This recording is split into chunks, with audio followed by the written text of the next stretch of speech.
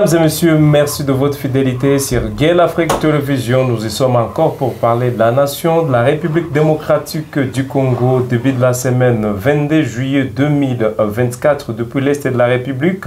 Dans ce studio de Gale Afrique, je suis Youssoufou Kibingila David. Je reçois Jenny Ntwali pour parler encore de la situation sécuritaire, mais également de la diplomatie en République démocratique du Congo. Merci Jenny, bonjour et bienvenue sur Gale Afrique Télévision. Merci David, bonjour à vous, bonjour à tous nos internautes, justement ceux-là qui sont déjà abonnés sur la chaîne Gale Afrique Télévision. Bonjour à ceux-là qui ne l'ont pas encore fait et nous les exhortons à bien le faire aussi. Aujourd'hui, on parlait de la nation, mais avant d'entrer un peu dans les détails, parlons-en un peu de la situation dans la province du Nord Kivu. C'est quoi la situation actuelle sur l'étendue de cette province? Alors, la situation reste très complexe, surtout parce que c'est vrai, il y a une accalmie qui peut s'observer dans certaines entités, mais à tout moment, ça peut dégénérer. C'est vrai, aujourd'hui, depuis que la trêve est décrétée, même la prorogation, nous voyons tous comment ça se passe aux environs de Kanyabayonga, Kirumba, toutes ces entités qui ont été à un certain moment sous l'effet de l'ennemi, pendant que justement les FARDC étaient d'abord en train de résister et après les FARDC ont décroché, les Wazalendo aussi, mais il faut dire aujourd'hui il y a cette accalmie qui s'observe, mais ça ne veut pas dire que c'est pour longtemps que ça va rester ainsi, où les FARDC ne vont pas réagir, voire même les Wazalendo, parce qu'à un certain moment, même à Kirumba, on les voit en train de menacer même les rebelles du M23 RDF. Il y a aussi au niveau des Massissi, où Boureman a été menacé, la semaine passée directement, Boureman a été menacé, l'ennemi voulait directement s'emparer de cette entité, les Wazalendo, pour être précis, parce qu'il ne faut pas dire que les FARDC ont intervenu, et pourtant ce n'est pas le cas. Ce sont les Wazalendo qui ont montré, en tout cas combien de fois, ils gardent de l'énergie, ils ont aussi la possibilité de mettre en mal l'ennemi, ils l'ont fait, et vous-même vous avez vu jusqu'à ce que quelques entités, quelques villages aux environs de Bourimana ont été récupérés par ces Wazalendo. Ça veut dire, aujourd'hui, c'est vrai, il y a une trêve qui nous est imposée. Parce que c'est les vrais mots qu'il faut utiliser. Je ne sais pas quand est-ce que le gouvernement congolais était consulté pour donner sa position par rapport à une trêve dite humanitaire. Le gouvernement congolais n'a jamais été consulté. Je suppose aussi que le gouvernement rwandais n'avait pas été consulté. C'est tout simplement une position des États-Unis imposée aux deux partis qui sont en train aujourd'hui de s'affronter sur les sols congolais. Et là, donc, nous voyons les FARDC avec les Wazalendo. Nous avons de l'autre côté les RDF avec leurs supplétifs, les M23 et les miliciens de l'AFC, beaucoup de choses comme ça, la coalition aujourd'hui, comme il est simple de le dire. Donc, c'est une détermination de Wazalendo qui est toujours au rendez-vous et ne vous étonnez pas de les voir encore une fois au tournant, soit dans les offensives, soit dans les défensives, si une fois ils se voient attaqués par l'ennemi. La menace plane toujours, que ce soit dans le territoire de Rutshuru, le Massissi, Nyiragongo, Lubero et même la ville de Butembo. Et nous qui sommes ici à Goma, c'est vrai, ça fait plus d'une année que les M23 manifestent leur envie, leur volonté de s'emparer de la ville de Goma, chose qui n'est pas encore faite parce qu'il y a les Wazalendo qui bloquent. Il y a aussi, il ne faut pas minimiser l'apport de ces troupes de la SADC au niveau des Saké. C'est vrai, elles sont toujours là. Et ça, à un certain moment, l'ennemi, lorsqu'il veut descendre pour aussi arriver ici à Goma, il est toujours bité à la présence des militaires de la SADC aussi, tout comme les FARDC et les Wazalendo. Donc c'est toujours compliqué la situation dans la province du Nord Kivu parce qu'on ne peut pas aussi dire qu'à Beni ça va très bien. Et pourtant, vous-même vous connaissez qu'il y a des théories en répétition qui continuent. Nous avons aussi d'autres cas qui sont soulevés même dans Beniville, même le banditisme urbain qui ne dit pas son nom. Donc dans toute la province du Nord Kivu, sous état de siège, il faut le préciser, la situation reste très compliquée. On essaiera un peu de les parler de la situation profonde parce qu'il y a des points dont vous aviez souligné. On essaiera un peu d'y revenir. Juste avant la fin de cette émission, dames et messieurs, vous nous suivez sur Gale Afrique Télévision. Nous vous exhortons juste de vous abonner, de partager la vidéo, mais également d'activer ces cloches de notification afin de recevoir tout ce que nous produisons sur Gale Afrique Télévision. Mais avant, Parlons-en un peu de cette confusion qui semble régner aujourd'hui entre les Congolais, de cette nouvelle qui vient de tomber dans les avant-midi de ce lundi 22 juillet 2024. Guerre dans l'Est de la République. À Kampala, une réunion sur la question autour des facilitateurs Uhuru Kenyatta et le président ougandais Kaguta Museveni pour la part de l'AFC. Il y a René Abandi, Lawrence Kanyuka qui est derrière le porte-parole de ce mouvement, Yannick Kisola, colonel Imani Nzenze. Kinshasa est représenté par l'abbé Bahala du PDDRCS. Il y a toute une confusion face à cette question. Plusieurs Congolais se demandent, il y a déjà des informations relayées sur X qui affirment que la RDC est en train de négocier en coulisses avec les rebelles du M23. C'est quoi l'éclaircissement, voulais-je dire, autour de cette affaire? En tout cas, je m'inscris en faux contre une certaine presse qui essaie un peu d'affirmer que le gouvernement congolais entame les processus de négociation. C'est le mot qui est utilisé depuis ce lundi à Kampala. Et vous dites sous la facilitation du président, de l'ancien président Uhuru Kenyatta et l'actuel président de l'Ouganda, Yoweri Kaguta Museveni. Je m'inscris en faux dans quelle mesure? Parce que déjà, vous-même, vous connaissez, pour entamer un processus de négociation, il y a d'abord des préalables. Les préalables de Kinshasa, nous les connaissons tous. La première des choses, c'est qu'aujourd'hui, le M23 est considéré comme... Parce qu'on parle du M23. C'est abusivement qu'on peut aussi ajouter l'AFC. Mais on peut le faire. Mais là, on ne parle pas du Rwanda. On dit le M23. Le gouvernement congolais considère le M23 comme un mouvement terroriste. Et qui dit un mouvement terroriste, il n'est pas question de discuter, de dialoguer même avec ces mouvements. Ça ne se fait pas. Partout au monde, si vous parlez d'un mouvement terroriste, on ne peut pas dialoguer avec un mouvement terroriste. Kinshasa a à maintes reprises martelé cette position-là.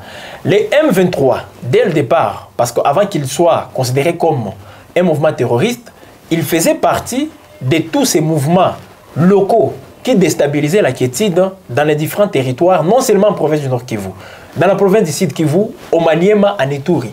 Tous ces mouvements, tous ces groupes armés, et permettez que je le dise ainsi, négatifs de surcroît, s'étaient retrouvés autour d'une table avec les gouvernements congolais dans les processus de Nairobi, sous le format PDDRCS. Parce que c'est tout un programme aujourd'hui mis en place qui a des coordonnateurs bien structurés, qui est censé aujourd'hui mettre un cadre approprié pour écouter toutes les voix de ces mouvements, comme vous pouvez le constater. Mais ça passe aussi par une réintégration dans la vie civile, ça passe par aussi une intégration aussi, parce qu'il faudra à ce que tous ces gens, soit on les considère comme ils sont déjà armés, on les prend d'une manière individuelle, pas dans un groupe collectif, on les prend d'une manière individuelle, chacun dans son mouvement. Donc si vous faites partie des mouvements Maï Maï, on vous prend un par un, vous ne représentez pas votre mouvement.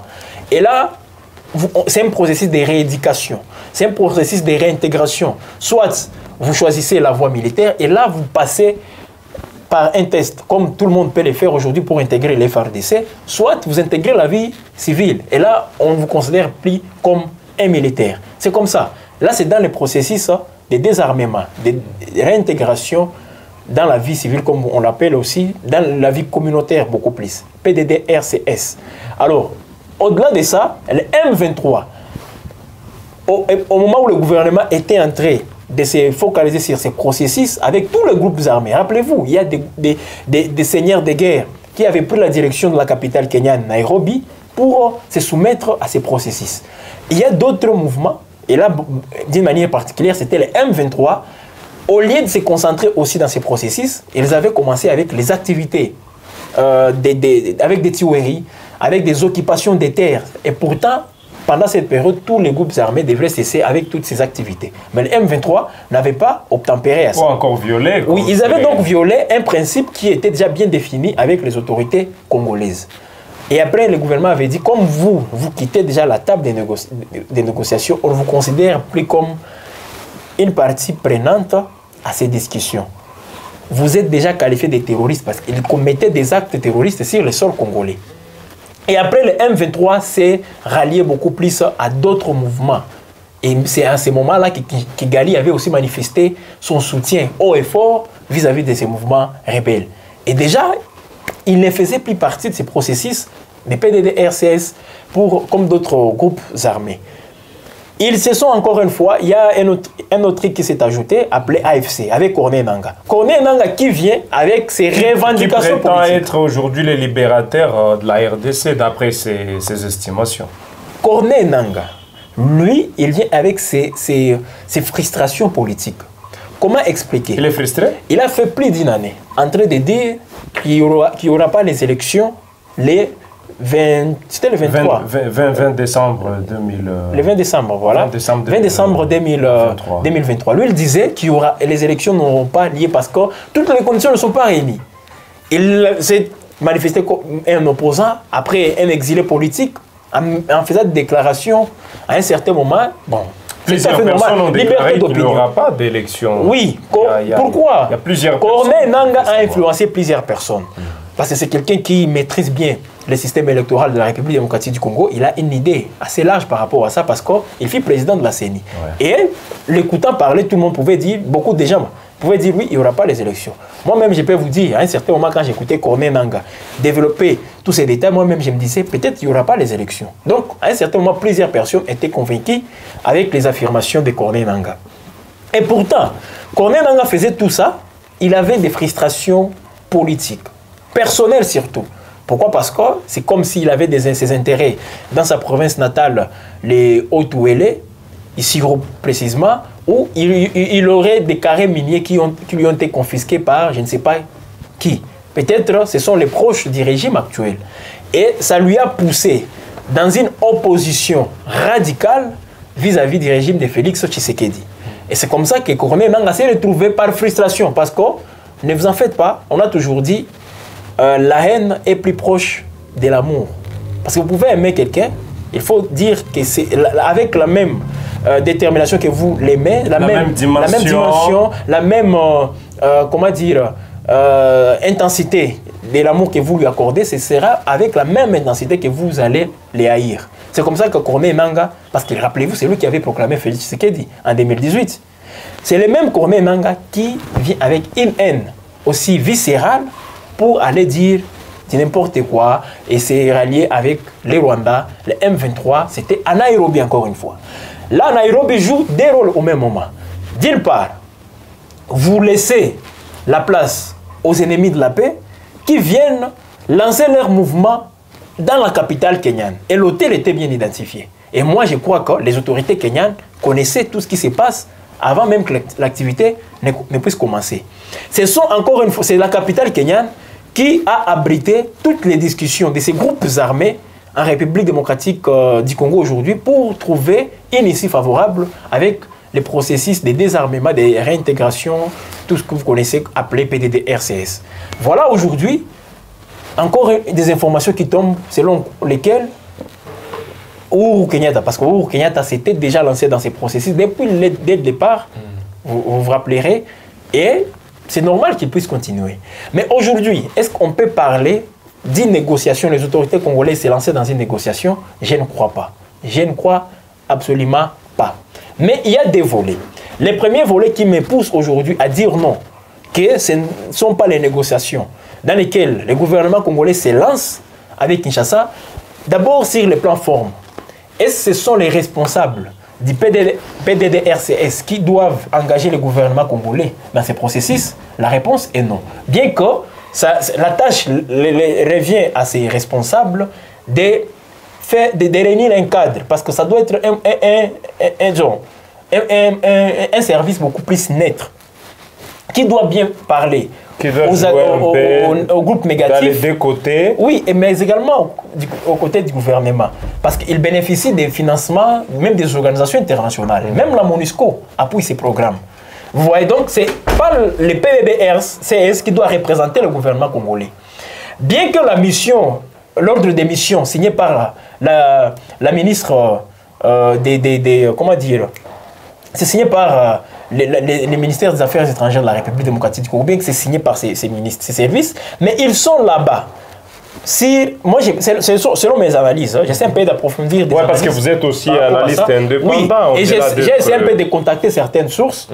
C'est comme si Je ne confirme pas, parce que je suis en train d'approfondir avec mes recherches. C'est comme si les M23, là je ne parle pas d'RDF, parce que les RDF c'est les Rwandais. Les M23 veulent se soumettre au processus de Nairobi. Ils veulent créer un climat sain pour qu'ils rejoignent ce processus de Nairobi.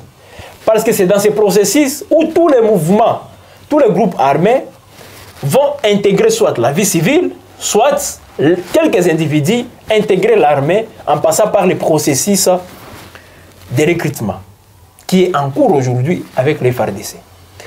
Bref, les M23 seraient en train de se désengager. Ils veulent se rattraper?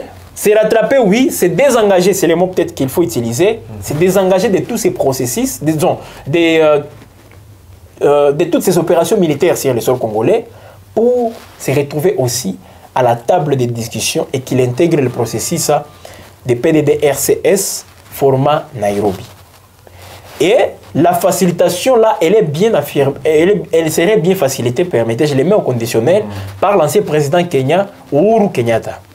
Museveni, qu'est-ce qu'il vient faire dans tout ça? Parce que ça serait aussi une autre grande question que plus d'un Congolais se demande. Là, je vais entamer le deuxième volet. Qu'est-ce que Museveni vient faire le temps que ça ne passe pas aussi avec la population congolaise, pas le gouvernement, la population congolaise qui ne veut pas même écouter parler de Museveni parce qu'il est accusé par plus d'une personne qui soutient la rébellion du 23. Là, là c'est le deuxième volet que je vais aussi aborder. Parce qu'il y a le PDD-RCS qui est là, et ne vous en faites pas, ce n'est pas seulement les M23 qui peuvent faire à ce que les responsables de ces services se retrouvent à Kampala. Pardon, j'ai une question, toute une petite question. Est-ce qu'il y a deux membres, il y a deux groupes entre les M23, l'AFC ou bien l'AFC à partir de M23? Voilà, je vais en parler, c'est ça. Parce que c'est vrai, ça c'est aussi une réalité. Et aujourd'hui, par exemple, comment expliquer que toutes ces informations tombent au moment où l'AFC de Corneille Nangaa a communiqué, disant qu'elle n'est pas concernée par le processus de Luanda. Qui dit processus de Luanda voit le gouvernement congolais et le gouvernement rwandais discuter sur cette désescalade. Des troupes rwandaises sur le sol congolais. Oui, aujourd'hui, il y a une forte désescalade des tensions entre les deux pays. Jusqu'à ce que les deux présidences prennent les médias interposés pour s'accuser. Voilà, nous suivons tout ça de près. Aujourd'hui, l'AFC de Corneille Nangaa s'est dit ne pas être concerné par les processus de Luanda. Pourquoi? Parce que qui dit Luanda voit Kigali et Kinshasa. On ne voit pas M23, on ne voit pas AFC. Parce que déjà là, c'est Kagame qui, indirectement, porte la voix de l'AFC, du M23, et je ne sais quoi encore, dans ces processus. C'est lui qui se présente comme le chef de ces mouvements-là, de cette rébellion. Parce que, comment vous arrivez à comprendre? On est à Luanda, on voit le gouvernement rwandais et le gouvernement congolais pour discuter autour de quoi? De cette situation sécuritaire. Donc, le Rwanda, indirectement, reconnaît son implication dans tout ce qui se passe sur le sol congolais. N'est-ce pas? Bien qu'il affirme que c'est avec toutes ces tensions sur le plan diplomatique, on essaie un peu de trouver une issue par rapport à ça. Mais l'origine, la cause, c'est parce que le Rwanda est en train d'alimenter les groupes armés, dit M23, sur le sol congolais. Alors, Corneille Nangaa, lui, ayant ses propres motivations. Parce que ne vous en faites pas, Corneille Nangaa n'est pas dans cette rébellion parce qu'il veut renverser le régime de Tshisekedi. C'est faux. Qu'on ne vous trompe pas. Il a annoncé qu'il va arriver à Kinshasa, M. Jenny. On a tout suivi des vidéos sur les réseaux sociaux. Corneille Nangaa lui-même sait qu'il ne peut pas fouler ses pieds à Kinshasa avec cette rébellion. Il le sait lui-même. Deuxième chose. Il se trompe? Deuxième chose. Je vais vous expliquer comment il se trompe. Deuxième chose. Corneille Nangaa sait que, ça je suis sûr et certain qu'il le sait, que Kagame n'a pas l'intention de renverser le régime de Tshisekedi. Qu'on ne vous trompe pas. Si c'était ça l'intention, on allait voir les Ougandais, les Burundais, les Tanzaniens. Bon, mettons de côté les Tanzaniens. Les Kenyans. quelle autre force? Les Burundais, les Ougandais. Sont en train d'appuyer. Même les Burundais, dans quel cadre? Même les Sud-Soudanais aussi, je les mets dans le cadre de l'EAC, cette communauté, cette région. Et ils n'allaient même pas accepter de quitter les sols congolais, la force de l'EAC. Ils allaient maintenir leur présence tout en faisant un front contre le gouvernement congolais. C'est quoi cette rébellion basée sur quoi alors? La rébellion pour Kagame. Kagame a ses intentions. Kagame veut avoir une même mise sur toutes les ressources minières de la République démocratique du Congo. Les exploiter sans pour autant être bloqués. Avoir aussi une même mise sur toutes ces régions militaires ici, dans la troisième zone de défense. Non, la troisième zone de défense. Kagame veut avoir quelqu'un, un général chargé des opérations là-bas, qu'il va contrôler facilement. C'est ça que Kagame cherche toujours. Même, rappelez-vous, sous le RCD, il avait obtenu cela. C'est ça l'intention de Kagame. Il veut tout simplement avoir une même mise sur la troisième zone de défense. Pourquoi? Parce que ça va lui permettre, il aura une influence, toutes ces affaires vont passer sans beaucoup de difficultés, et avoir aussi les terres. Les terres qu'il ne va pas annexer au Rwanda. Ça, il ne peut pas le faire. Ne vous en faites pas. Mais, on peut parler de la province du Nord Kivu. Mais vous allez voir, les Tutsis du Rwanda, je dis bien les Tutsis du Rwanda, à ne pas confondre avec les Tutsis de la RDC. Les Tutsis du Rwanda qui auront une émissire, les hectares, les centaines d'hectares. Quelque chose du genre, l'occupation des terres. Ils veulent se retrouver en RDC, dans l'essence. Bon, au-delà de ça, et renforcer l'hégémonie Tutsi sur la partie est de la République démocratique du Congo. Et pourtant, nous avons nos frères Tutsis qui sont là, les Congolais Tutsis qui sont en République démocratique du Congo. Nous vivons avec et sans beaucoup de difficultés. Ils se retrouvent dans toutes les institutions. Mais Kagame a aussi son intention d'amener une autre population. Ce n'est pas pour lui qu'il négocie avec la Grande-Bretagne pour qu'on puisse amener les migrants là-bas. Ce n'est pas pour lui qu'il essaie un peu de se poumonner pour avoir tout ça, parce qu'il cherche des terres où il va les mettre. Au Rwanda, il n'a pas toutes ces terres. Alors, ne vous trompe pas. Permettez, je vais finir. Au Rwanda, il n'a pas toutes ces terres. Donc, Corneille Nangaa a ses propres convictions. Quelque chose déjà arrivé, s'est rattrapé. Corneille Nangaa, pardon, mais c'est Jenny. Je vais arriver, permettez que je finisse, c'est pour ne pas aussi perdre le fil d'idée. Donc, Corneille Nangaa, pour lui, sont des revendications politiques. Comme il voit que on se renforce beaucoup plus, on se concentre beaucoup plus sur les processus de Rwanda, où il n'est pas concerné, il veut aussi intégrer le système avec Nairobi, où il va se retrouver avec le gouvernement congolais pour discuter maintenant de son sort. Parce qu'il sait qu'il ne va pas l'obtenir avec les armes. Il a imposé déjà sa force, ça nous sommes d'accord. Voilà pourquoi il veut maintenant peser sur la table de négociation pour discuter avec Kinshasa. Soit vous lui donnez ses carrés miniers, et puis elle va cesser. C'est ça qu'il a mis. Il est frustré par ça. Il est frustré par ça. C'est une raison pour laquelle il y a des sangs qui coulent aujourd'hui à cause de lui. À cause de lui. Il est frustré parce qu'on lui a privé ses carrés miniers pour les donner à quelqu'un d'autre. Et surtout, c'est comme si ce sont les proches du régime actuel. C'est que nous fustigeons. Comment un individu comme Corneille Nangaa a eu accès aux carrés miniers? Comment expliquer? Aujourd'hui, il est en train de revendiquer qu'on lui donne ses carrés miniers. C'est ça. Mais ne le dit pas tout haut. Donc, dans le communiqué là, il y a les no-dits. Parmi ces no-dits, c'est qu'aujourd'hui, M23, tous ces Bertrand Bissimois, tu vois, tous ces acteurs politiques qui ont pris cette direction, tous ces gens. Il y en a beaucoup, il y a même Magloire à qu'est-ce qu'ils veulent? Ils veulent maintenant avoir une part du gâteau. Donc, on les gratifie, tu vois. Et une fois gratifiés, ils vont cesser avec ces aventures. Et là, Kagame aura aussi sa part. Kagame est en train de négocier sa part à Luanda, tu vois. Dans le processus de Luanda, Kagame négocie sa part. De Nairobi, c'est Corneille Nangaa qui veut négocier sa part. Donc aujourd'hui, moi je suis sûr et certain que ce sont les M23, Corneille Nangaa, les Laurence Kanyuka, les Bertrand Bissimois, qui sont en train de négocier, en fait, de se retrouver dans un format de dialogue avec les autorités congolaises pour que les autorités de Kinshasa leur donnent tout ça. Mais ça ne veut pas dire que le communiqué signé par la ministre des Affaires étrangères, PDDRCS, à Kampala, qui explique déjà les débuts de ces discussions. Si tel est le cas, M. Jenny, alors nous avions aussi observé l'autre fois en 2012, il y a eu la guerre ici à Goma où On a précédé presque au même rythme, venir à table avec ces gens. Est-ce que si le gouvernement actuel procédait aussi dans ce sens, à la prochaine, cette même rébellion ne pourra pas encore revenir? Ça, c'est aussi une crainte aussi fondée. Parce que plus d'un Congolais estime aujourd'hui qu'il est important de faire la guerre définitive avec ces gens. Alors, que cela n'est et heureusement, vous le dites, si c'est pour négocier, pour discuter avec les M23, qu'on se retrouve avec une délégation du PDDRCS à Kampala. Je ne crois pas. La différence, c'est qu'en 2013, oui, c'était en 2013, ce n'était pas les dirigeants, ou disons, les responsables d'un service comme le PDDRCS qui étaient partis là-bas. C'était les officiels congolais.